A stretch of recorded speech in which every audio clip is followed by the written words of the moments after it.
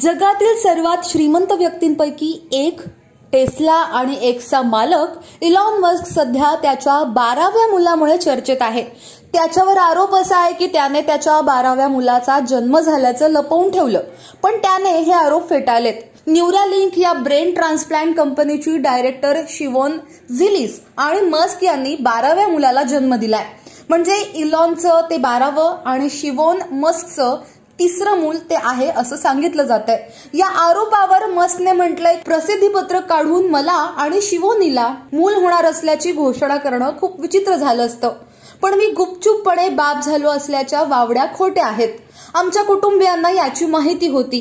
तो असंही म्हणालाय की सध्या मुलांचा जन्मदर घटलाय, तो 2.1 इतका आहे।